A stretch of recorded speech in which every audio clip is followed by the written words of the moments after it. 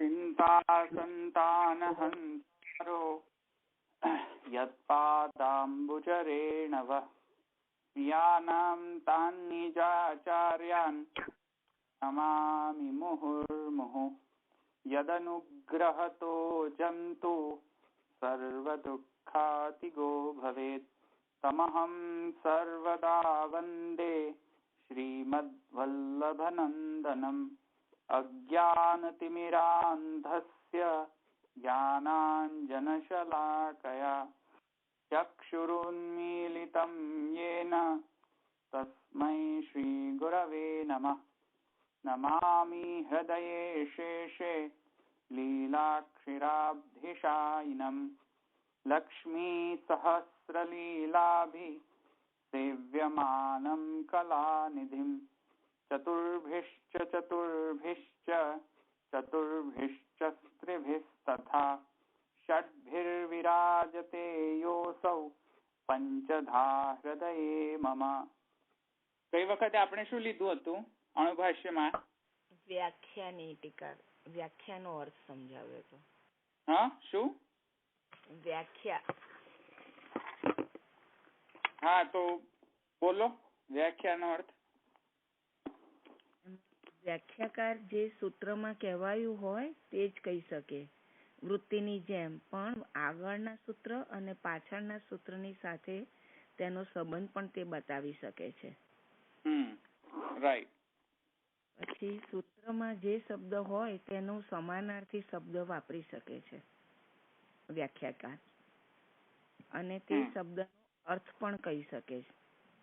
અધ્યાહાર્થ કરી શકે, પણ વાર્તિકકારની જેમ દોરુક્ત ચિંતન નથી કરી શકતો. અને થોડોક વધારે વિસ્તાર પણ કરી શકે, એટલે કે કારણ આપી શકે. 16 ગ્રંથની ટીકાઓ છે એ વ્યાખ્યાના સ્ટાઇલથી છે. પછી ભાષ્યના લક્ષણ કીધા. હા, એમાં આપણે બીજો કોઈ બોલશે તો ભાષ્યના લક્ષણમાં આપણે શું લીધું? ધવલભાઈ, આપણે ભાષ્યના લક્ષણમાં પહેલું લીધું સૂત્રાર્થો વર્ણયતે. એમાં એટલે સૂત્રનો અર્થ શું છે તે પહેલા ક્લિયર કરે છે. સૂત્રના સ્ટ્રક્ચરને ઇન્ટરેક્ટ રાખે, એટલે મન ફાવે તેમ ના કરે. અને સ્વપદાની ચ વર્ણયંતે એટલે પોતાના પદ રાખીને તે વર્ણન કરી શકે છે. એટલે જ્યારે વૃત્તિ એટલે કે આ જે પહેલી લાઈન છે સૂત્રાર્થો વર્ણયતે યત્ર વ્યાખ્યૈ સૂત્રાનુસારીભિઃ, તો આ પરફેક્ટ કરી લે પછી તે સ્વપદાની ચ વર્ણયંતે એક્સ્ટ્રા પ્રિવિલેજ મળે છે. હા, એક્સ્ટ્રા પ્રિવિલેજ ત્યારે જ મળશે. રાઈટ. આગળ બીજું શું લીધું હતું? નેક્સ્ટ. પછી વૃત્તિના લઉં? હા, લઈ લો સ્મિતાબેન. પછી એ લીધું હતું કે વૃત્તિના પ્રકારથી એક્સપ્લેન કરતો હોવો જોઈએ, પોતાનો કોન્સેપ્ટ રજૂ ન કરી શકે. સંદેહવારક એટલે આમ કહીએ તો આમ કરી શકીએ. એટલે સંદેહવારકમાં પૂર્વ પક્ષ ને ઉત્તર પક્ષ બંને લાવી શકે છે. જે સિદ્ધાંત રજૂ કર્યા હોય તે જ પોતાનું એક્સપ્લેન આપી શકે છે એમ. એટલે મહાપ્રભુજી એ ભાગવતમાંથી લે છે અને ગુસાઈજી પ્રભુ સૂત્રમાંથી લે છે. એટલે શાસ્ત્રમાંથી જ આવવો જોઈએ સ્વપદ, નહીં તો વિશ્વમુક્ત થઈ જશે. નહીં. એટલે સ્વપદ જે છે તે શાસ્ત્રમાંથી, અન્ય શાસ્ત્રમાંથી જ સ્વપદો આવવા જોઈએ. પણ એનો મતલબ એવો નથી કે એટલે વિશ્વ તો મુક્તા તો સૂત્રમાં છે જ. એને વિશ્વ તો મુક્તાને સમજાવવા માટે ભાષ્ય કરી રહ્યા છે. સૂત્રમાં તો છે જ લક્ષણ. હા, એટલે સમજાવવા માટે શાસ્ત્રનો અર્થ પણ જોઈશે. એટલે હા, રાઈટ. એટલે શાસ્ત્રના જયારે સ્વપદો ક્યાંથી લાવશો? શાસ્ત્રમાંથી. એટલે એના માટે શ્રી કૃષ્ણ વાક્યની એટલે એ કીધું તું વ્યાસચિત્રાણી ચૈવહી પ્રમાણી ભાષા વ્યાસસ્ય. એટલે એ ચતુષ્ટયમ હતું, પણ એનું એકલું જ નહીં, પણ એમાં જૈમિની સૂત્ર, મહાભારત, પુરાણ વગેરે પણ ગણી લેવા. એટલે ચાર પ્રસ્થાન એ પણ એક જ પ્રસ્થાન છે, એટલે એમ, એટલે એક જ સિદ્ધાંત. હવે એક પ્રસ્થાન અને ચતુર્થ પ્રસ્થાન માટે કોણ એક્સપ્લેન કરશે? ચતુર્વિધ પ્રસ્થાન છે કે એક જ પ્રસ્થાન છે, એ કોણ એક્સપ્લેન કરશે? આપણે ગઈ વખતે લીધું હતું. પછી મારે હું બોલું?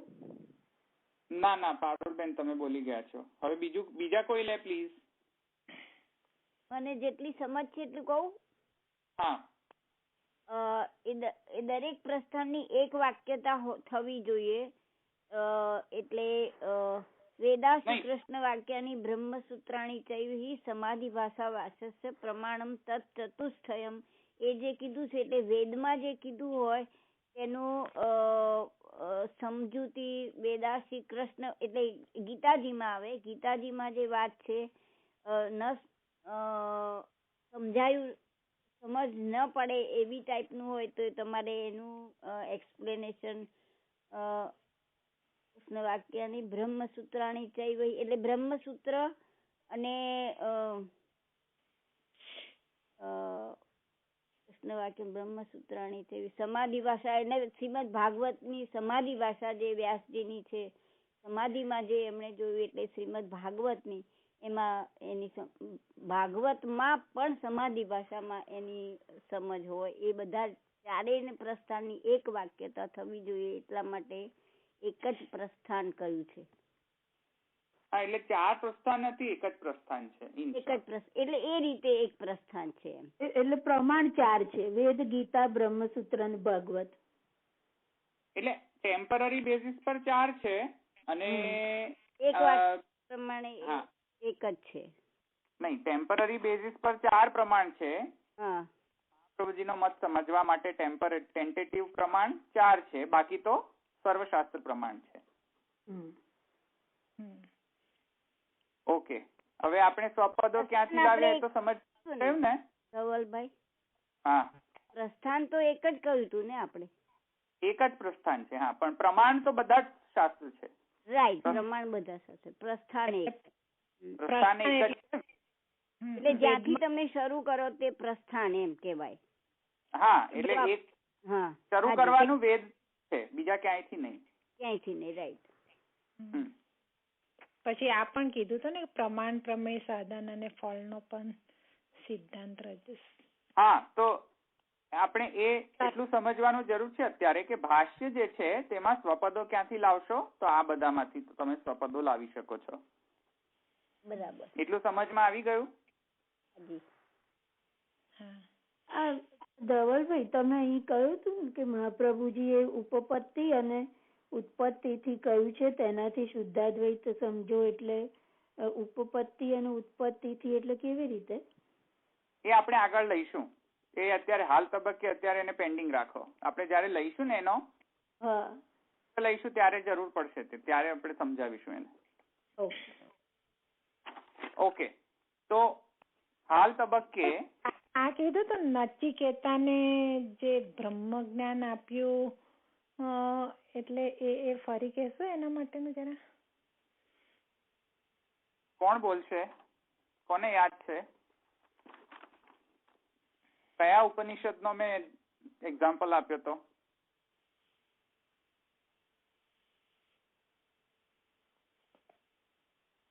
કઠોપનિષદમાં. કઠોપનિષદનો એક્ઝામ્પલ આપ્યો તો ને આપણે. મુંડકો ઉપનિષદ એ તમે કીધું ને તે સિમિલર છે. કઠ અને મુંડક. હા, કઠ મુંડક ઉપનિષદ બંનેમાં એ આવે છે. યમ અને નચિકેતા. એટલે યમે નચિકેતાને બ્રહ્મ જ્ઞાન આપ્યું છે. હા, તો એ કઠ અને મુંડકમાં એનો રેફરન્સ આવે છે. ઓકે, તો હાલ તબક્કે આપણે એટલું સમજ્યા કે સૂત્રને વિસ્તાર કરવા માટે વૃત્તિ વ્યાખ્યા, વાર્તિક અને ભાષ્ય એ તરીકે આપણે લઈ શકીએ છીએ, જે આપણે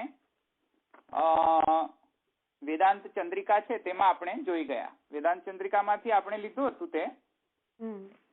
તો વેદાંત ચંદ્રિકાકાર એમ કહે છે કે આ 4 પ્રકારથી આ સૂત્રને એક્સપાન્ડ કરી શકીએ છીએ આપણે. વેદાંત ચંદ્રિકામાં આપણે લીધું, પુરુષોત્તમજી પણ એમ કહે છે પ્રકાશમાં, અને રશ્મિકાર પણ એમ જ કહે છે. રશ્મિકાર એમાં વધારે સૂટ કરે છે. પણ જો કે રશ્મિકાર અને પ્રકાશકાર બધા જ વૃત્તિ, વ્યાખ્યા વગેરેની વાત નથી કરતા, ભાષ્યની એકલાની જ વાત કરે છે. પણ વેદાંત રીતે આપણને એટલું સમજમાં આવે છે કે વેદાંત ચંદ્રિકાકારને આ બધાનો નોલેજ છે એવું વાંચક વૃંદને આ બધાનું નોલેજ છે એવું એ એઝ્યુમ કરીને ચાલી રહ્યા છે. તો આપણે એ પહેલા સમજવું જોઈએ. તો કહી રહ્યા છે સૂત્રાર્થો વર્ણ્યતે અત્ર વાક્યૈ સૂત્રાનુસારીભિ સ્વપદાની ચ વર્ણ્યન્તે ભાષ્યમ ભાષ્યવિદો વિદુ ઇતિ ભાષ્ય લક્ષણમ. હવે આગળ એમ કહી રહ્યા છે, હવે જો હવે તમને ખબર છે વાર્તિક શું છે, ભાષ્ય શું છે, વ્યાખ્યા શું છે અને વૃત્તિ શું છે. તેથી હવે વેદાંત ચંદ્રિકાકાર આગળ વધારે કહી રહ્યા છે એના વિશે. તો હવે હું લઈશ તો તમને નવું નહીં લાગે.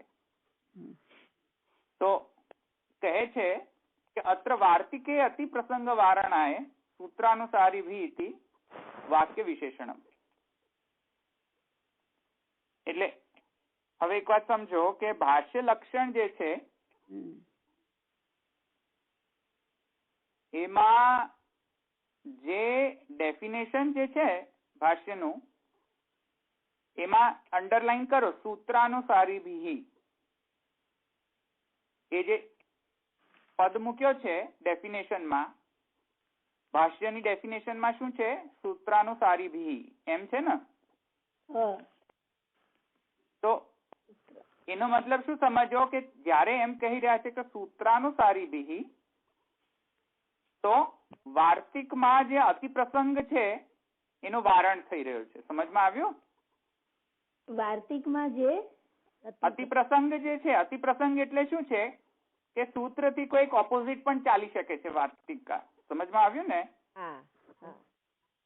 તો ઓપોઝિટ ચાલી નહીં શકે, ભાષ્યકાર એને ઓપોઝિટ ન ચાલી શકે, ક્રિટિસાઇઝ ન કરી શકે.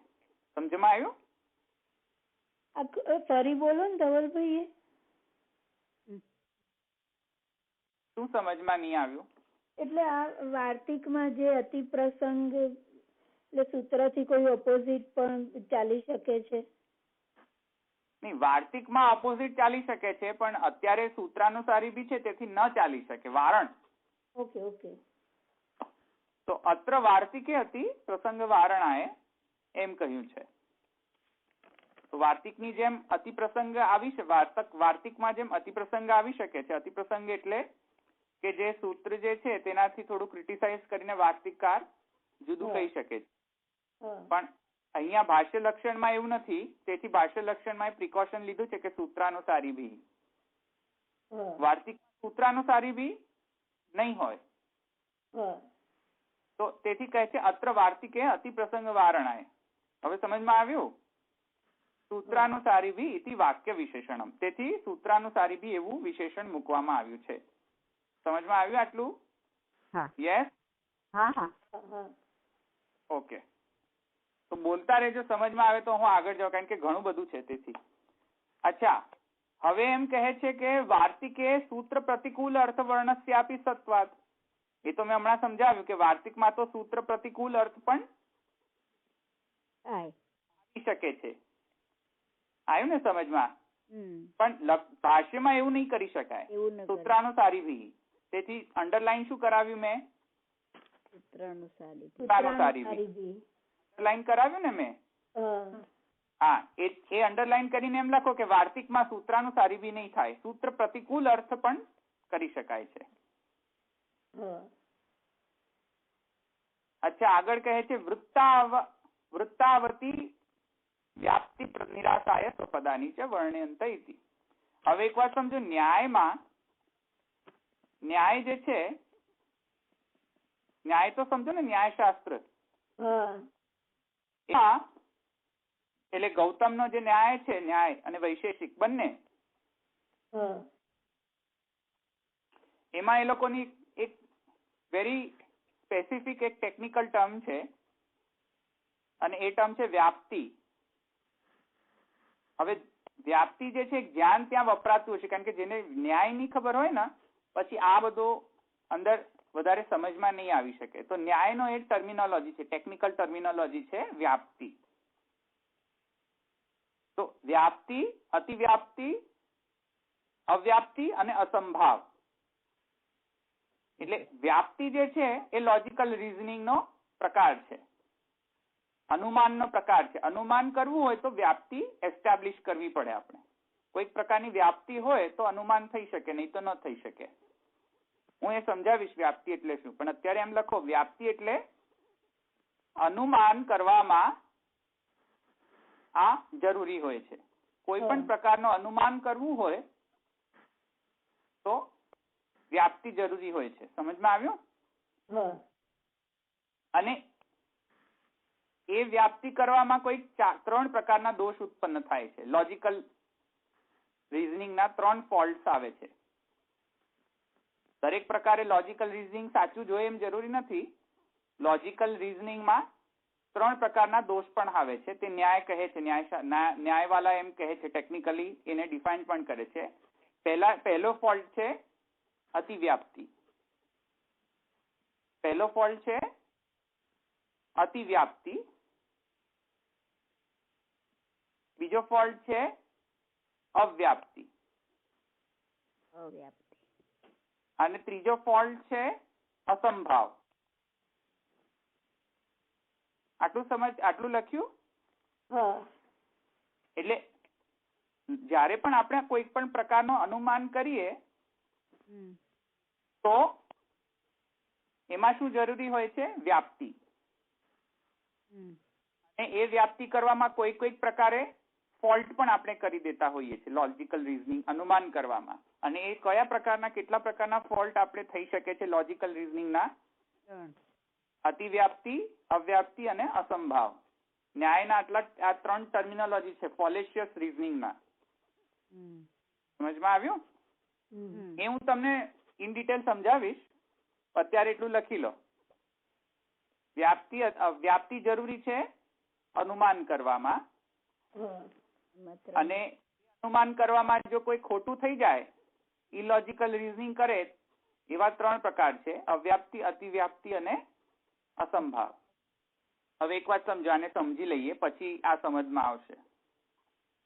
તો આપણે જયારે શુદ્ધાદ્વૈત બ્રહ્મવાદ જોયો હતો, બ્રહ્મવાદ આપણે ઘણા વર્ષો પહેલા એ જોયો હતો કે પ્રમાણના ઘણા પ્રકાર હોય છે, ઘણા ટાઈપ્સ ઓફ પ્રમાણ હોય છે, અને એમાંનો એક પ્રમાણ છે અનુમાન.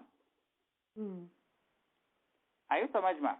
જેમ કે પ્રત્યક્ષ પ્રમાણ પણ છે, શબ્દ પ્રમાણ પણ છે, એવું અનુમાન પણ એક પ્રકારનો પ્રમાણ ગણવામાં આવ્યો છે. આવ્યું સમજમાં? સમજ પ્રમાણના પ્રકારોમાં એક પ્રકાર છે અનુમાન.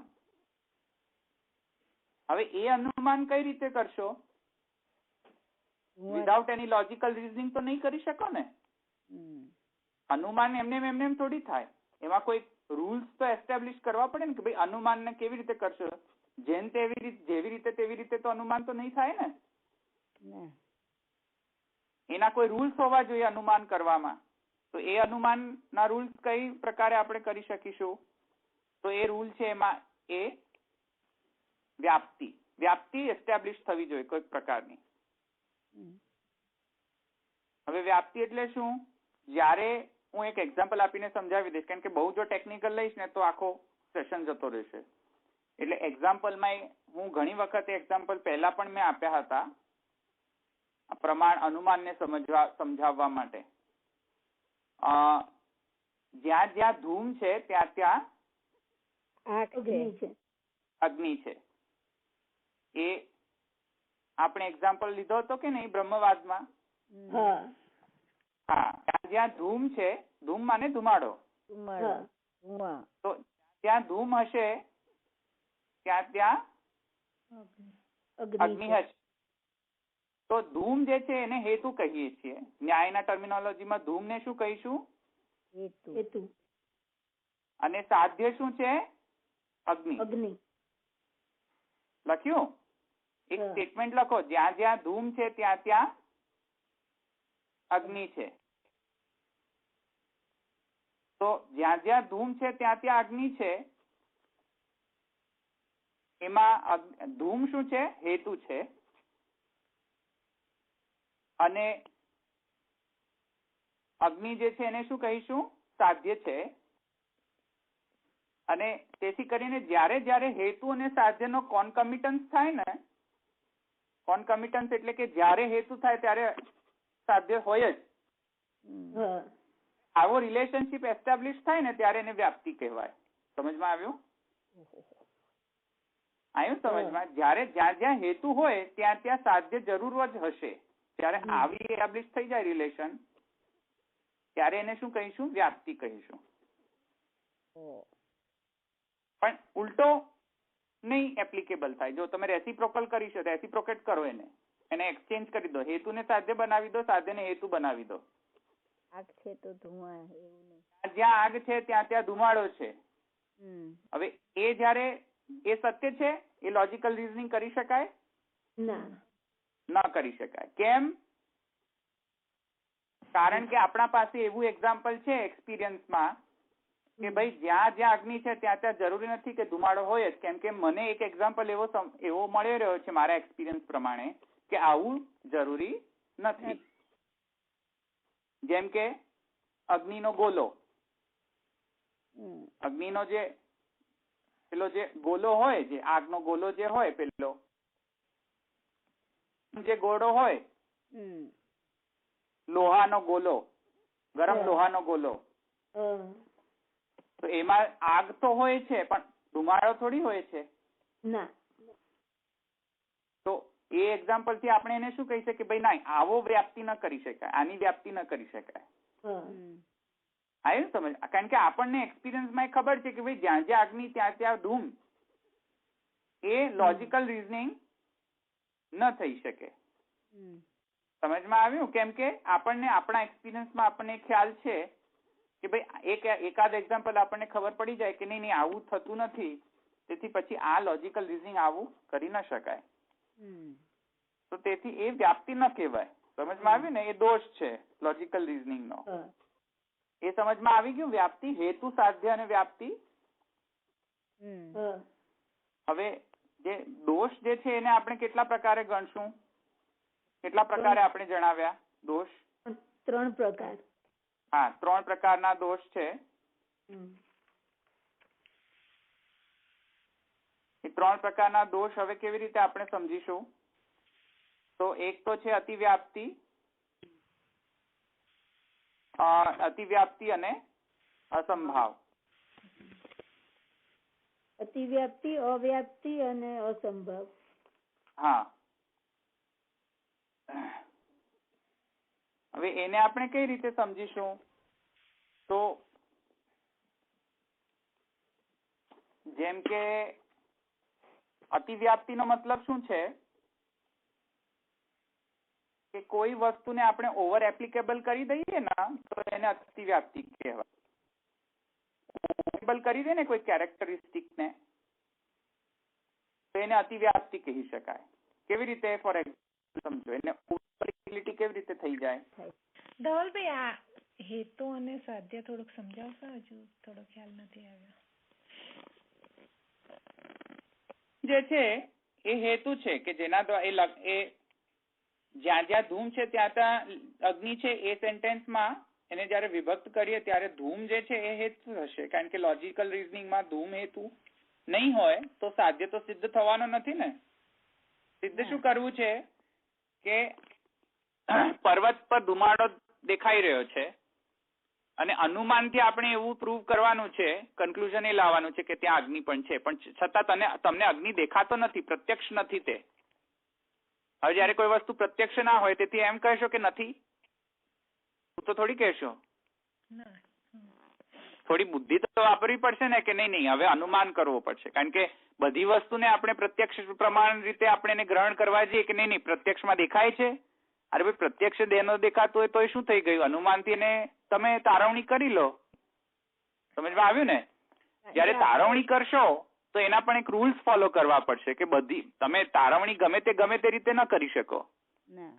તો એમાં જયારે તારવણીનો પ્રશ્ન આવશે ત્યારે શું કહેશો કે ભાઈ હેતુ શું છે? તમે કયા શું તમારો હેતુ છે જેથી કરીને તમે એને ત્યાં ધુમાડો છે એવું સિદ્ધ કરવા માંગી રહ્યા છો? હેતુ તો જોઈશે ને કશું. એટલે સિદ્ધ શું કરવું છે તમને કે પર્વતમાંથી ધુમાડો નીકળી રહ્યો છે અને તમને સિદ્ધ શું કરવું છે? અગ્નિ છે કે નહીં એ સિદ્ધ કરવું છે. તો જેને સિદ્ધ કરવું એને શું કહેવાય? સાધ્ય કહેવાય. આવ્યું સમજમાં? પણ સિદ્ધ કરવામાં હેતુ શું છે તમારો? તમને દેખાઈ શું રહ્યું છે? અગ્નિ નથી દેખાઈ રહી, ધૂમ દેખાઈ રહ્યો છે. હા, તો ધૂમ જયારે દેખાઈ રહ્યો તો ધૂમ હેતુ બની જશે. તમારા લોજિકલ રીઝનિંગમાં હેતુ શું છે? ધૂમ છે. સમજમાં આવ્યું? તો ધૂમ ને એટલે આપણે શું કહી શકીએ? હેતુ. અને જે પ્રૂવ કરવાનું છે કન્ક્લુઝનમાં, the one which is to be proved, it is known as સાધ્ય. અને આપણે શું પ્રૂવ કરવાનું છે કે ત્યાં અગ્નિ છે કે નહીં? સમજમાં આવ્યું ને? તો અગ્નિ જે છે તે ટુ બી પ્રૂવડ છે. અને જે રીઝનિંગ જે રૂલ થી આપણે એને પ્રૂવ કરવાનું છે તેને આપણે શું કહીશું? વ્યાપ્તિ. હવે એ વ્યાપ્તિનું નોલેજ તો કઈ રીતે આવશે કે આપણા એક્સપિરિયન્સમાં આવ્યું છે કે નહીં? આગલા અનુભવથી. રાઈટ. હા, કારણ કે વળી પાછો અનુભવ તો આવશે જ ને. કારણ કે અનુમાન તમે કરશો ક્યારે કે ત્યારે તમારા અનુભવમાં આવેલું હશે ત્યારે અનુમાન કરશો ને. અનુમાનમાં તે બેઝ છે જ, અને અનુમાનમાં બેઝ પાછો વળી પાછો પ્રત્યક્ષ જ હશે પાછો. હેતુ ને સાધ્યમાં આ સમજમાં આવી ગયો? હેતુ પ્રત્યક્ષ પહેલા હોય એના અનુભવથી અનુમાન કરી શકો. યસ. હવે હેતુમાં એ આપણે સમજ્યા કે જેને સાધ્ય છે તેને આપણે હેતુ તો જોઈશે જ. હવે એ હેતુ અને સાધ્યને આપણે સમજાવવા માટે પાસ્ટ એક્સપિરિયન્સ પણ જોઈશે. એ તો સમજમાં આવ્યું ને? પાસ્ટ એક્સપિરિયન્સમાં તમને એટલા માટે એ લોકો કહે છે કે ભાઈ દ્રષ્ટાંત પણ આપો. સમજમાં આવ્યું? દ્રષ્ટાંત કેવી રીતે આપશો? પહેલા એક્સપિરિયન્સ થવું હોય તો દ્રષ્ટાંત આપી શકશો ને. એક્સપિરિયન્સ જ ન થયું હોય તો દ્રષ્ટાંત કેવી રીતે આપશો? બરાબર. એટલે હવે દ્રષ્ટાંતનો પણ પ્રશ્ન આવશે કે ભાઈ દ્રષ્ટાંત આપો. તમારા વ્યાપ્તિમાં તમે જે વ્યાપ્તિ ગણાવી રહ્યા છો એમાં તમે દ્રષ્ટાંત આપો. અને દ્રષ્ટાંત આપીને આપણે એને અનુમાન કરી શકીએ છીએ. તો એટલું સમજમાં આવી ગયું? સ્મિતાબેન, તમને સમજમાં આવ્યું? ઓકે. હવે આપણે પેલા દોષ લેવાના છે કે નહીં? દોષ આપણે પહેલો જે અતિવ્યાપ્તિ જે દોષ છે એ અતિવ્યાપ્તિ દોષમાં હવે જો અતિવ્યાપ્તિ દોષમાં શું છે એક્ઝામ્પલ થી સમજાવું તો એકદમ સરસ રીતે સમજમાં આવી જશે. અતિવ્યાપ્તિ દોષ એટલે શું છે કે કોઈક વસ્તુના કેરેક્ટરિસ્ટિક હોય, કોઈ પણ વસ્તુના કેરેક્ટરિસ્ટિક ને આપણે વસ્તુને સિદ્ધ કરવા જશું તો આપણે કયા પ્રકારના કેરેક્ટરિસ્ટિક્સ આપીએ છીએ એના પર નિર્ભર રાખશે. જેમ કે એક વાત સમજો, એક્ઝામ્પલમાં હમણાં જો એક્ઝામ્પલ આપું તો સમજમાં આવી જશે કે જો હું એમ કહું કે ગાયનો એક ગુણ છે કે એક કેરેક્ટરિસ્ટિક છે કે એને શિંગડા છે. બરાબર. જયારે એમ કહું કે ગાયનો કેરેક્ટરિસ્ટિક શિંગડા હોવું એમ છે તો એ તો અતિવ્યાપ્તિ થઈ ગઈ. આ કઈ લોજિકલ રીઝનિંગ પ્રમાણે મેં નથી આપ્યું કે જ્યાં જ્યાં શિંગડા ત્યાં ત્યાં ગાય. એ તો અતિવ્યાપ્તિ થઈ ગઈ ને. ઓવર એપ્લિકેબિલિટી થઈ ગઈ શિંગડાની. કારણ કે શિંગડા વાળી ગાય છે એ તો વાત બરાબર છે. શિંગડા વાળું તો ભેંસ પણ હોય. સમજમાં આવ્યું? એમ કહું કે જ્યાં જ્યાં શિંગડા ત્યાં ત્યાં ગાય, એટલે જે શિંગડા તે ગાય. એમ જો એવું લોજિકલ રીઝનિંગ કરાય મારાથી? એવું લોજિકલ રીઝનિંગ તો ન ગણાય, કારણ કે શિંગડા વાળું તો ઘણું બધું હોય. શિંગડા વાળી તો ભેંસ પણ હોય. તો એ અતિવ્યાપ્તિ થઈ ગઈ. સમજમાં આવ્યું? હા. કોની અતિવ્યાપ્તિ થઈ ગઈ? શિંગડાની. શિંગડાને મેં ઓવર એપ્લિકેબલ કરી દીધું. સમજમાં આવ્યું? વાત સમજમાં આવી કે નહીં? અતિવ્યાપ્તિ દોષ કહેવાય એને. આ લોજિકલ રીઝનિંગ આવું કરો તમે કે જ્યાં જ્યાં શિંગડા ત્યાં ત્યાં ગાય. ભાઈ જ્યાં જ્યાં શિંગડા ત્યાં ત્યાં ગાય એવું જરૂરી થોડી છે. નથી. સમજમાં આવ્યું? કે ઘણું બધું છે. હા, એટલે જ્યાં જ્યાં શિંગડા ત્યાં ત્યાં ગાય એ આપણે લોજિકલ રીઝનિંગ કર્યું તે અતિવ્યાપ્તિ થઈ ગઈ. એટલું સમજમાં આવી ગયું ને? શિંગડાની અતિવ્યાપ્તિ થઈ ગઈ. હા, શિંગડાની અતિવ્યાપ્તિ કરી દીધી આપણે. એટલે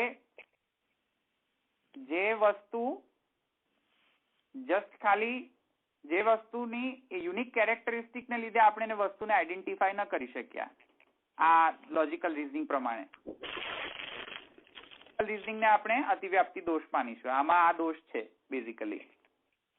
એટલે જ્યાં જ્યાં શિંગડા ત્યાં ત્યાં ગાય, આ સેન્ટેન્સમાં કયો દોષ છે? અતિવ્યાપ્તિ. અતિવ્યાપ્તિનો દોષ આવ્યો. હવે સમજમાં આવી ગયું? હવે આપણે કયો દોષ છે? અવ્યાપ્તિ દોષ. અવ્યાપ્તિ દોષ એટલે શું કે એની એપ્લિકેબિલિટી પાર્શિયલ હોય.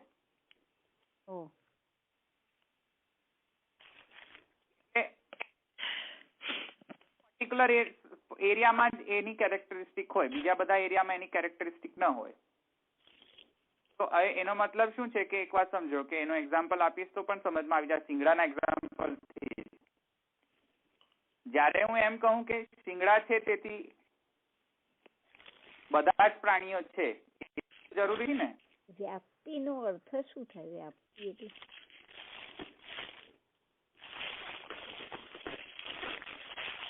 વ્યાપ્તિ એટલે હમણાં બતાવ્યું ને જ્યાં જ્યાં ધૂમ છે ત્યાં ત્યાં અગ્નિ છે. એમને પારુલબેન, પણ એ વ્યાપ્તિ શબ્દ ને કેવી રીતે એને આપણે સમજીએ? વ્યાપ્તિ અનુમાન અર્થ લેવાનો. વ્યાપ્તિ અનુમાન તરીકે લેવાનું અહીંયા. ના. વ્યાપ્તિ એટલે શું? સંસ્કૃત ડિક્શનરીમાંથી જોઈને કહું તમને. એક વાત સમજો, વ્યાપ્તિ એટલે કે જે જેમાં વ્યાપ્ત હોય એને આપણે વ્યાપ્તિ કહીએ. એમ? હા. એમાં પ્રસરેલું, વ્યાપેલું. ઓકે. હા, પરવેઝન કહેવાય. ઇંગ્લિશમાં એને પરવેઝન કહેવાય. પરવેઝન. ઓકે. વ્યાપ્ય વ્યાપક વ્યાપ્ય ભાવ. આય ને સમજ? વ્યાપક. ઓકે. તો શબ્દ આવ્યો છે વ્યાપ્તિ. અચ્છા. એટલે જ્યાં જ્યાં ધૂમ છે ત્યાં ત્યાં અગ્નિ છે તો એ એસ્ટાબ્લિશ થઈ ગઈ ને પરવેઝન એની. આવ્યું સમજમાં? પેલી અગ્નિની વ્યાપ્તિ એસ્ટાબ્લિશ ત્યાં ત્યાં અગ્નિની ધુમાડો એમાં વ્યાપ્ત છે એવું અર્થ થયો. રાઈટ? Yes, right. યસ. સમજમાં આવ્યું ને? હા, હવે આવ્યું. ઓકે. હવે આપણે કયો દોષ આવી રહ્યા છે? અવ્યાપ્તિ દોષ. અવ્યાપ્તિ. તો આપણે એ જોઈ રહ્યા હતા કે અવ્યાપ્તિ ની અંદર શું છે કે જો એમ કહું કે પ્રાણી મતલબ કે જેને શિંગડા હોય, આવો જયારે હું સેન્ટેન્સ આપું ના, એ તો સાવ તો એ તો શું છે કે આ કઈ લોજિકલ સ્ટેટમેન્ટ મારો તારવણી બરાબર નથી. કેમ તારવણી બરાબર નથી? કેમ કે શિંગડા હોવું એ તો એક પાર્શિયલ એનો કેરેક્ટરિસ્ટિક છે. પ્રાણીમાં તો ઘણા બધા બીજા કેરેક્ટરિસ્ટિક્સ હોય છે. પશુમાં પશુ હોવું એ કઈ શિંગડાથી આઈડેન્ટિફાઈ માત્ર ન થઈ જાય કે પશુ છે. સમજમાં આવ્યું? પશુ હોવું એમાં તો ઘણી બધી બીજા બધા કેરેક્ટરિસ્ટિક્સ પણ હોવા જોઈએ પશુ હોવા માટે. તમે એમ કહો કે શિંગડા છે તેથી તે પશુ છે, એવું કઈ આપણે કહી ન શકીએ ને. કેમ કે પશુ હોવું એમાં તો ઘણા બધા કેરેક્ટરિસ્ટિક જોઈએ. સમજમાં આવ્યું? એટલે એમાં કયો દોષ આવી ગયો? અવ્યાપ્તિ દોષ આવી ગયો. અને અસંભાવ એટલે શું કે સાવ જ ખોટું. કઈને પણ શું ને કઈને પણ રિલેશન તમે કરીને ઇન્ફરન્સ આપી દો, તમે કોઈ પણ અનુમાન કરી દો, કોઈ પણ અનુમાન વિધાઉટ ઇવન થિંકિંગ, ભાવ દોષ આવી જતો હોય છે. એકદમ ફોલેશિયસ રીઝનિંગ, એકદમ ફોલેશિયસ રીઝનિંગ, એમાં કોઈ સંબંધ જ ન હોય, હેતુ અને સાધ્યમાં કોઈ પણ પ્રકારનો સંબંધ ન હોય તો અસંભાવ દોષ આવી જતો હોય છે. સમજમાં આવ્યું? અતિવ્યાપ્તિ પણ ન હોય, અવ્યાપ્તિ પણ ન હોય, વ્યાપ્તિ પણ ન હોય તો અસંભાવ. જેમ હું એમ કહી દઉં, કોઈ પણ સ્ટેટમેન્ટ આપી દઉં કે જ્યાં જ્યાં ધૂમ છે ત્યાં ત્યાં માણસ છે, ના એ તો સાવ ખોટું થઈ ગયું. હવે એ તો અસંભાવિત છે. આવ્યું ને સમજમાં? હવે આવું તો અતિવ્યાપ્તિ વ્યાપ્તિ હા બધા ખોટા થઈ રહ્યા છે. એમાં તો આ એપ્લિકેબલ જ નથી, આ તો સાવ જ ખોટું છે, અસંભાવિત છે. એટલે એવું તો જ ન બની શકે. હા, તો એટલે આટલા 4 આપણે 3 દોષ સમજમાં આવી ગયા ને? હેતુ, સાધ્ય, વ્યાપ્તિ, અતિવ્યાપ્તિ, અવ્યાપ્તિ અને અસંભાવ. આ ન્યાયના ટર્મિનોલોજીસ છે.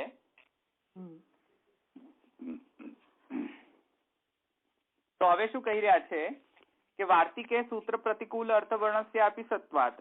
વાર્તિકમાં સૂત્ર પ્રતિકૂળ અર્થવર્ણ થઈ શકે છે, ભાષ્યમાં ન થઈ શકે. એ કેવી રીતે ખબર પડી? સૂત્રાનુસારી વિપદ છે તેથી ખબર પડી તે. હવે એમ આગળ કહે છે કે સ્વપદાની પદ કેમ લગાવ્યું?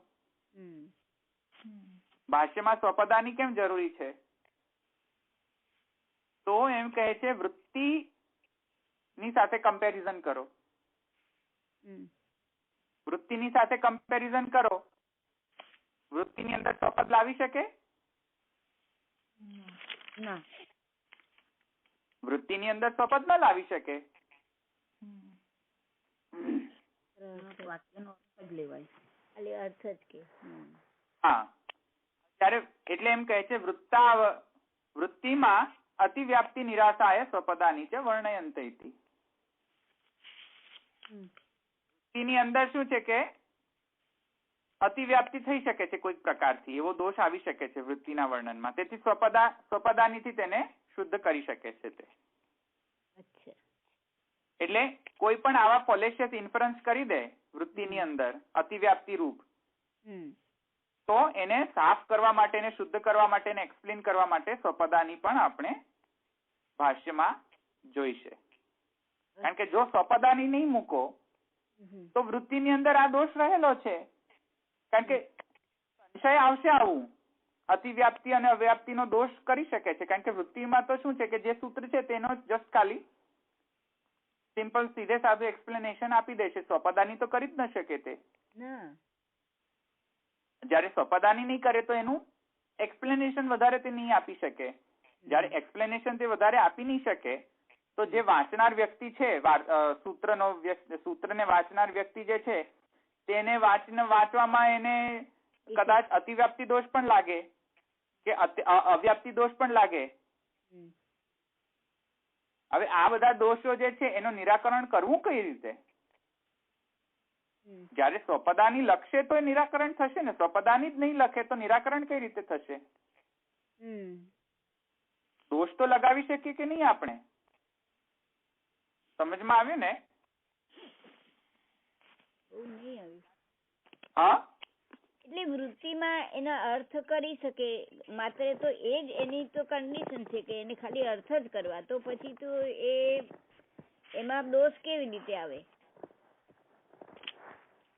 નહીં, એટલે કે ખાલી અર્થ કર્યો છે તેથી ઉક્ત ચિંતા જ કરી છે, અનુક્ત ચિંતા કરી જ નથી. ના. હવે ઉક્ત ચિંતા જ કરી છે તેથી કરીને દોષ તો રહેશે જ ને. ઉક્ત ચિંતા માત્ર કરી છે તેથી શું થશે કે એક વાત સમજો કે હું એમ જ કહી દઉં અત્યારે કે સૂત્રાર્થ વર્ણતે યત્ર વાક્ય સૂત્રાનુસાર વિશ્વપદાની તે વર્ણયંતે ભાષ્યમ ભાષ્ય વિદો વિદુ. સમજી લો જાતે જ. હવે જયારે એમ કહી દઉં સમજી લો જાતે જ, તમને ઘણા બધા દોષ ઉત્પન્ન કરશે ને કે ભાઈ આવું કેમ ન કહ્યું, આવું કેમ કહ્યું, અતિવ્યાપ્તિ, આવું કેમ ન કહ્યું પણ આવું જ કેમ કહ્યું, ચાલો અવ્યાપ્તિ દોષ છે એમાં. વાચકને તો એવું જ લાગશે ને, વૃત્તિકારના વૃત્તિના વાચકને. ભાઈ મને તો એવું ખબર છે કે જ્યાં જ્યાં પ્રકૃતિ છે, માને જ્યાં જ્યાં જગત છે ત્યાં ત્યાં આવા ગુણો મળે છે, કે જ્યાં જ્યાં પ્રકૃતિ છે ત્યાં ત્યાં આવા ગુણો મળે છે, તો પ્રકૃતિને શા માટે બ્રહ્મ નહીં ગણી લેવી? ત્યાં તો માને પુરુષને જ શા માટે બ્રહ્મ નહીં ગણી લેવો? પ્રકૃતિ અને પુરુષનું સમાગમ છે, કે પ્રકૃતિ અને પુરુષને સાથે બ્રહ્મ કેમ ન ગણી લેવો? આવા બધા અતિવ્યાપ્તિ અવ્યાપ્તિ દોષ ઉત્પન્ન થશે બ્રહ્મવાદમાં. કે જે તમે બ્રહ્મના ગુણો જણાવી રહ્યા છો, સત્યમ જ્ઞાનમ અનંતમ, એ બધા જે માને એક વાત સમજો કે જેમાંથી ઉત્પન્ન થાય છે, જેમાં સ્થિત છે ને જેમાં લય પામશે તે બ્રહ્મ. જયારે એમ કહે છે ત્યારે દોષ ઉત્પન્ન થશે. ઉત્પન્ન થશે કે ભાઈ જેમાંથી ઉત્પન્ન થાય છે, સ્થિત છે અને જેમાં લીન થઈ જશે, એવું તો પ્રકૃતિમાં પણ છે. લ્યો, બ્રહ્મને શા માટે? તો કયો દોષ આવી ગયો? અતિવ્યાપ્તિ દોષ આવી ગયો ને? આવી ગયો. સમજમાં આવ્યું? કોઈક કહે છે કે પરમાણુમાં પણ એવું ચાલે છે, પરમાણુમાં જ સ્થિત છે, પરમાણુમાંથી ઉત્પન્ન થશે, પરમાણુમાં જ સ્થિત છે અને પરમાણુમાં લઈ થઈ જશે. વાત તો બરાબર જ છે, કોણ ના પાડે છે? બરાબર, વાત બરાબર. બ્રહ્મને શા માટે વચ્ચે લાવો છો? પરમાણુને જ લાવો ને વચ્ચે. અતિવ્યાપ્તિ થઈ ગયો ને દોષ. સમજમાં આવ્યું? આવું ઇન્ફરન્સ ન કરી શકાય કે જેનામાંથી ઉત્પન્ન થાય છે, જેમાં સ્થિત છે ને જેમાં લય છે તે બ્રહ્મ. પછી એવો ઇન્ફરન્સ ન કરી શકાય. બરાબર. કારણ કે જેમાંથી ઉત્પન્ન થાય છે, સ્થિત છે અને લય થશે, તેવું તો પ્રકૃતિ સાથે પણ પોસિબલ છે. અતિવ્યાપ્તિ થઈ ગઈ ને? થઈ ગઈ અતિવ્યાપ્તિ. બરાબર. યસ, સમજમાં આવ્યું? એટલે ભાષ્યકાર એનો દોષ એ કાઢી શકે એવી રીતે ને એને સમજાવવું જોઈએ. હા, સ્વપદાનીથી એને સમજાવશે ને ત્યાં સુધી તો દોષાત્મક જ લાગશે ને. દોષાત્મક લાગશે. અતિવ્યાપ્તિ ને નિરસન કરવા માટે આપણે સ્વપદાની પણ જરૂરી રહેશે. ના, બ્રહ્મની જ અહીંયા વાત થઈ રહી છે, અહીંયા પ્રકૃતિ કે પરમાણુ એ બધા આવી નહીં શકે. એ સમજાવવું તો પડશે ને. રાઈટ. એટલે પોતાના પદો વાપરીને સમજાવશે. રાઈટ. પદ નહીં, ત્યાં શાસ્ત્રમાંથી કે ઉપનિષદમાંથી, એટલે પોતે મૂકશે એમ એ શાસ્ત્રના પ્રમાણો. રાઈટ. એને સિદ્ધ કરવું પડશે કે નહીં, આ પ્રકૃતિ સાથે પોસિબલ નથી, કે આ પરમાણુ સાથે પોસિબલ નથી, આ બ્રહ્મ સાથે જ પોસિબલ છે. એટલે આ સોલ બ્રહ્મનો જ ગુણ છે, બીજા કોઈનો આવો ગુણ નહીં હોઈ શકે. એ વાત સમજમાં આવી ને? જયારે આપણે એમ સિદ્ધ કરીશું, જયારે સૂત્રકાર એમ કહેશે કે શાસ્ત્ર યોનિત્વાદ, જયારે એમ કહેશે ત્યારે જન્માદ્યસ્ય શાસ્ત્ર યોનિત્વાદ, જયારે એમ કહેશે, બરાબર, ત્યારે કોઈક એવો ઇલોજિકલ રીઝનિંગ ઉઠાવવાનો અતિવ્યાપ્તિ પ્રસંગ આવી જશે. કયો અતિવ્યાપ્તિ પ્રસંગ આવશે? ચલો માન્યું કે બ્રહ્મનો લક્ષણ છે કે જેમાંથી ઉત્પન્ન થાય છે, જેમાં સ્થિત છે, જગત જેમાંથી ઉત્પન્ન થાય છે, સ્થિત છે અને લય થવાનો છે તે બ્રહ્મ, તદ બ્રહ્મ.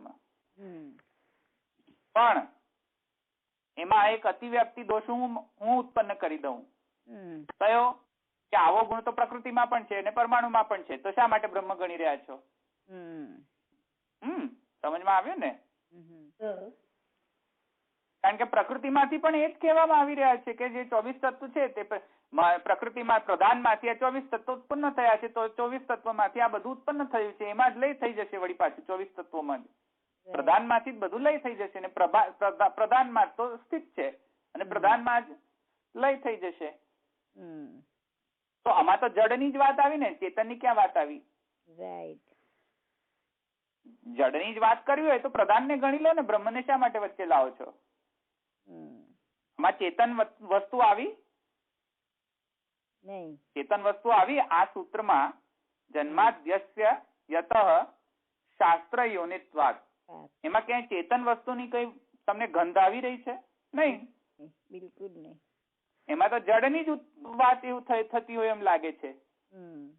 જડ વસ્તુઓ જેમાંથી ઉત્પન્ન થાય છે, જેમાં સ્થિત છે ને જેમાં લય થશે, એ તો પ્રધાનને પણ ગણી શકાય, પ્રકૃતિને પણ ગણી શકાય.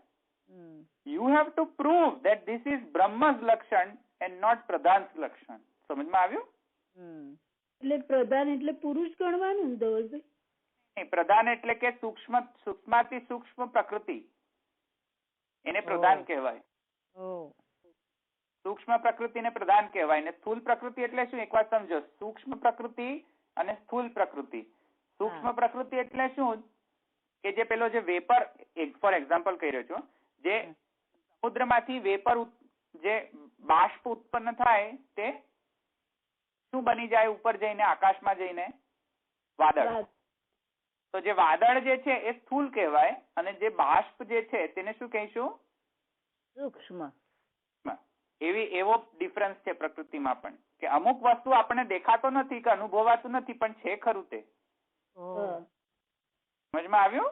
બાષ્પ જે છે અનુભવાતું નથી, તમને અનુભવમાં નહીં આવે બાષ્પ, દેખાશે પણ નહીં. તમને એવું દેખાય છે સમુદ્રમાંથી બધું ઉપર જતું હોય અને વાદળનું ફોર્મેશન થતું એવું દેખાય છે? નથી દેખાતું. તો એને સૂક્ષ્મ કહીશું. અને જે સ્થૂલ છે એ આપણને દેખાશે કે અનુભવાશે, જેમ કે વાદળ. એવું જ ડિફરન્સ છે કે જે સ્થૂલ પ્રકૃતિ છે તે આવા 24 તત્વ છે, પણ સ્થૂલનો પણ એક મૂળ કારણ છે, એને આપણે કહીશું સૂક્ષ્મ પ્રકૃતિ. એને સૂક્ષ્મ પ્રકૃતિ બરાબર પ્રધાન એમ પણ કહી શકાય છે. સૂક્ષ્મ પ્રકૃતિ પણ કહી શકાય છે, યા તો પ્રધાન પણ.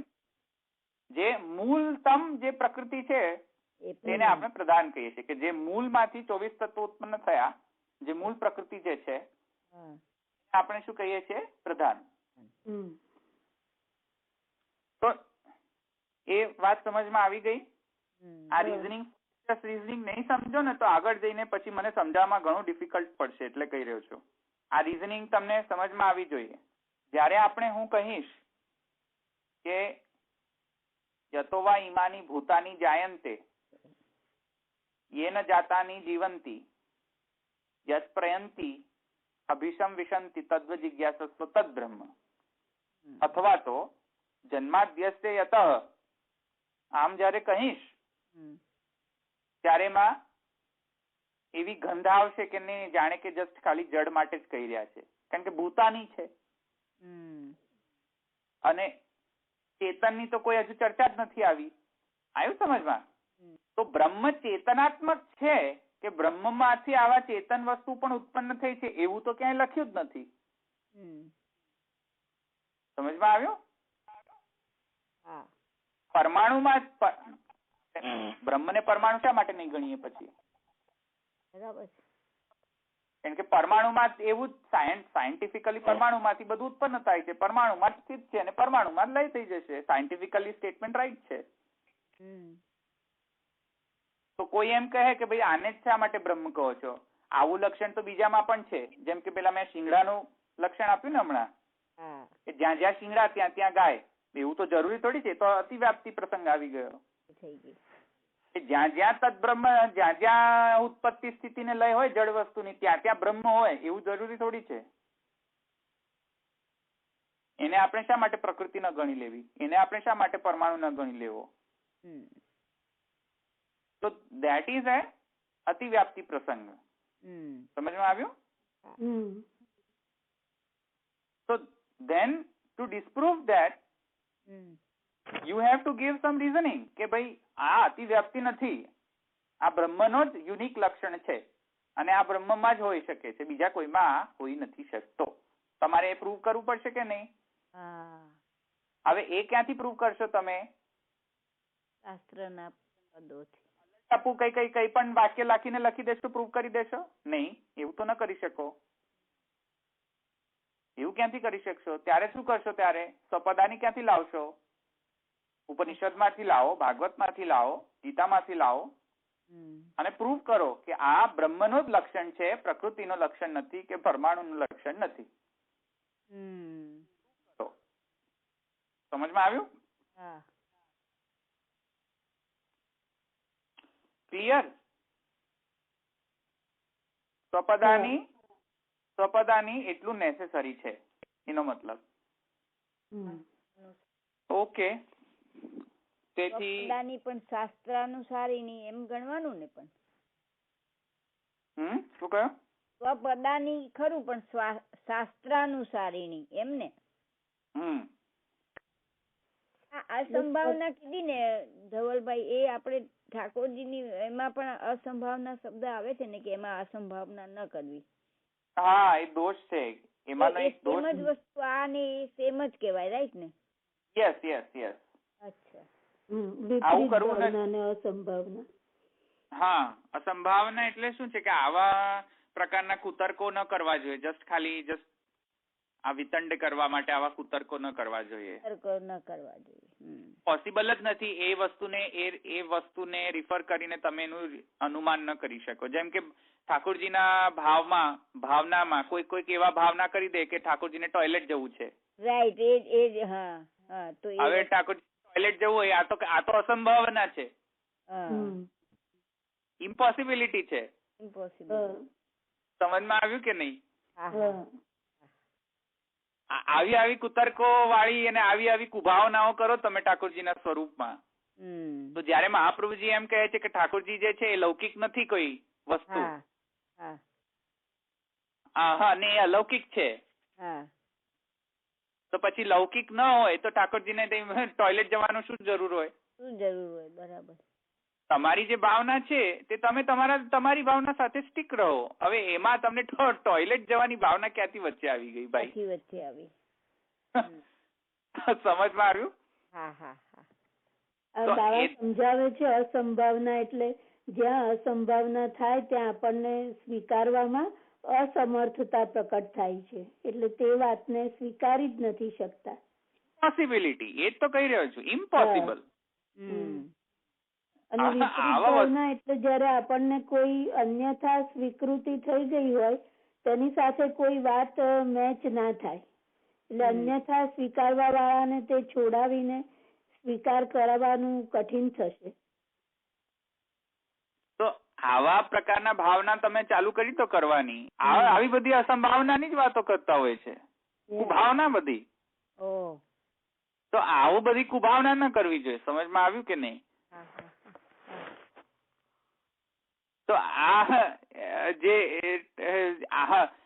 આવી બધી જયારે કુભાવના કરો તો આ બધી અસંભાવના હોય છે. મંડળ નો મતલબ મંડલ કરી દે, અસંભાવના. તમે મંડળ નો અર્થ મંડલ કરી દીધો, ક્યાંથી ક્યાં વાત જઈ રહી છે? અસંભાવના. રાસલીલામાં ઇન્ટરેસ્ટ હોય છે ને એટલે રસમંડાન. રસમંડાન નો મતલબ મંડલ કરી દીધો. હવે રસમંડલ કે રસમંડાન? રસમંડાન એવો ઉત્સવ છે, રસમંડાણ છે ઉત્સવ, રસમંડલ નથી ઉત્સવ કોઈ પણ. બસ લીધે રાખો તમે તમારે.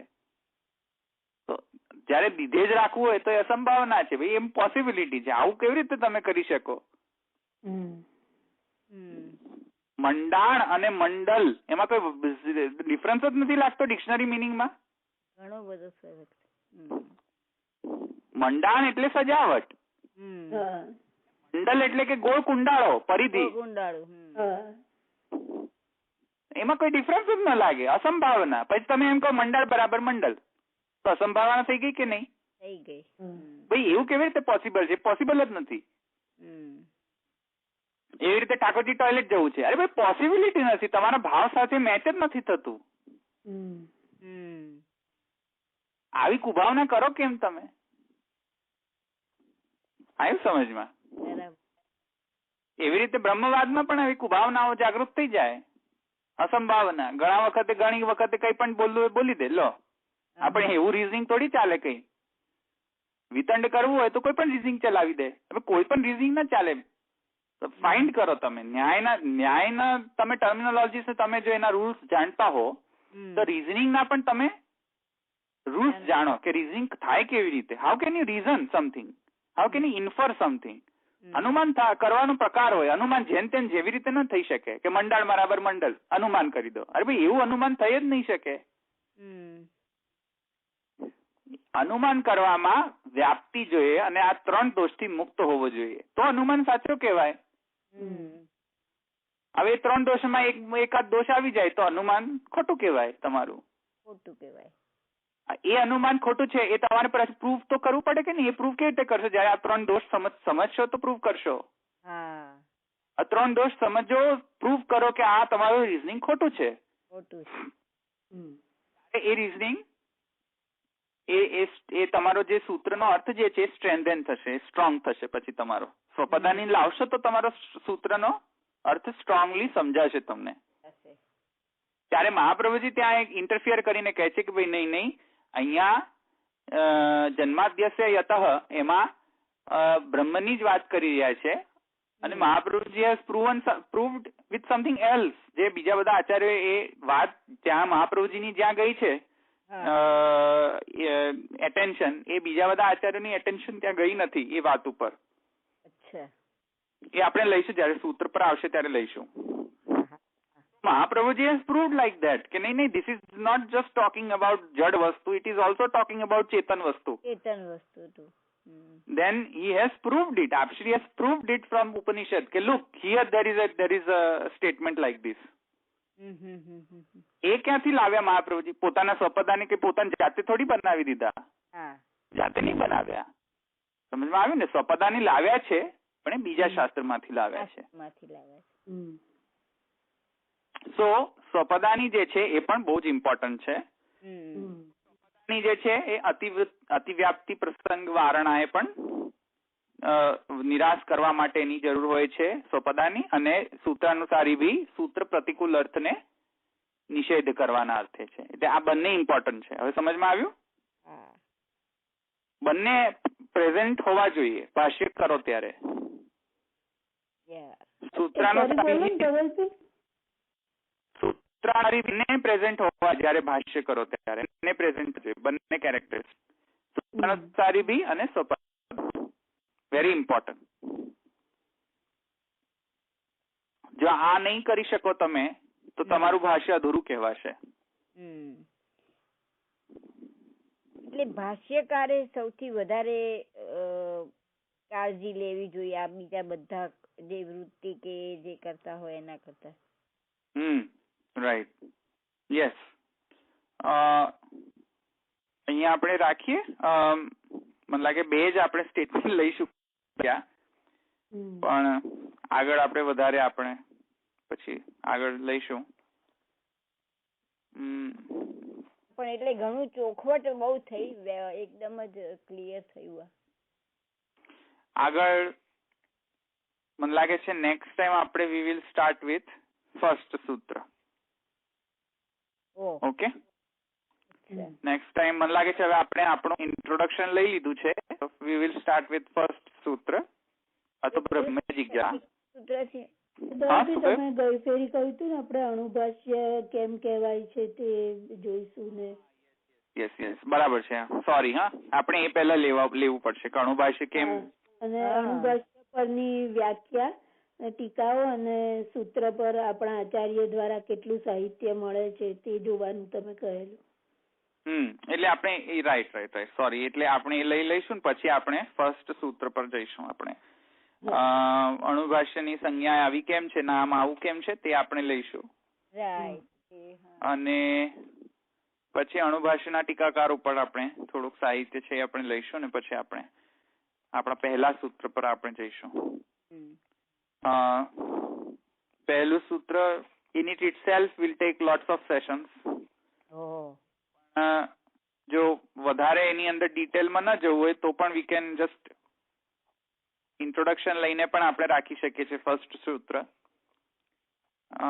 જો બહુ વધારે ડિટેલમાં સર્વોત્તમજી સ્તોત્ર ઉપર કરો છો ને વચનામૃત, તો એમાં કોઈ ભાઈએ એવું કીધું કે 2-3 વર્ષ સુધી તમે આનંદ નામથી, આનંદ પરમાનંદ નામથી આગળ વધ્યા જ નથી, તો આટલા 108 નામો તમે ક્યારે કરશો? તો બાબાએ એવું કીધું કે 108 નામની ચિંતા કર્યા વગર અત્યારે આ આનંદ નામને એન્જોય કરો. તો પછી દોડભાઈ આ બધું ભલે લાંબુ પડે પણ તમે વ્યવસ્થિત સમજાવજો. અમને એવું દોડી નથી જવું આગળ. સારું બેન. ભલે. તો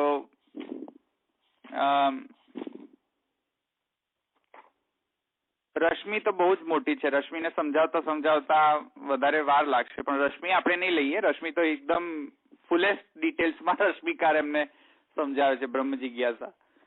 એટલે ફુલેસ્ટ મીન્સ કે યુ કેનોટ ઇમેજિન ઇવન કે ક્યાંથી એ ગોપેશ્વરજી ત્યાં રેફરન્સીસ લઈને સમજાવી રહ્યા છે. It's too much detail for me. એને આપણે રશ્મિ તો નહીં લઈએ, પણ એટલીસ્ટ આપણે મહાપ્રભુજી જે કહી રહ્યા છે સૂત્રમાં એ, અને વેદાંત અધિકરણ માલા અને મરીચિકા અને બીજી 2-3 જે ટીકા છે એ લઈને રાખીશું આપણે. પણ રશ્મિ તો it's very very detailed.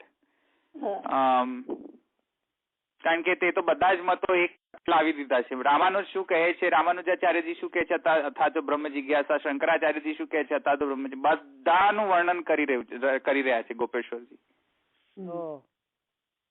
A too much detail. Yes, we will take it, પણ એટલું બધું ડિટેલ એક્સપેક્ટેડ નથી અત્યારે હાલ તબક્કે.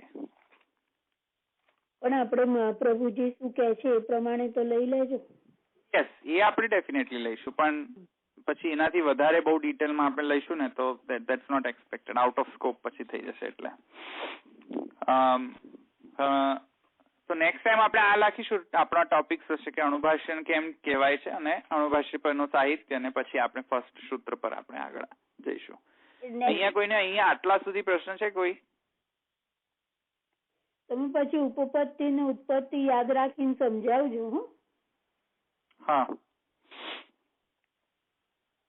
ઓકે, અહીંયા તો રાખીએ આપણે. દ્રઢઈન ચરણ કેરો ભરોસો, દ્રઢઈન ચરણ કેરો, શ્રી વલ્લભ નખ ચંદ્ર છટાબિન, સબ જગ માં જયંતેરો ભરોસો, દ્રઢઈન ચરણ કેરો, साधन और नहीं या कली में, जासु होय निवेरो, सूर कहा कहे द्विविध आंधरो, बिना मोल को चेरो भरोસો, દ્રઢઈન ચરણ કેરો. શ્રી વલ્લભાધીશ કી જય. श्याम सुंदर श्री अमने महारानी की जय. श्री द्वारिकाधीश की जय. गोपाष्टमी उत्सव ની ખૂબ ખૂબ બધાઈ સરને.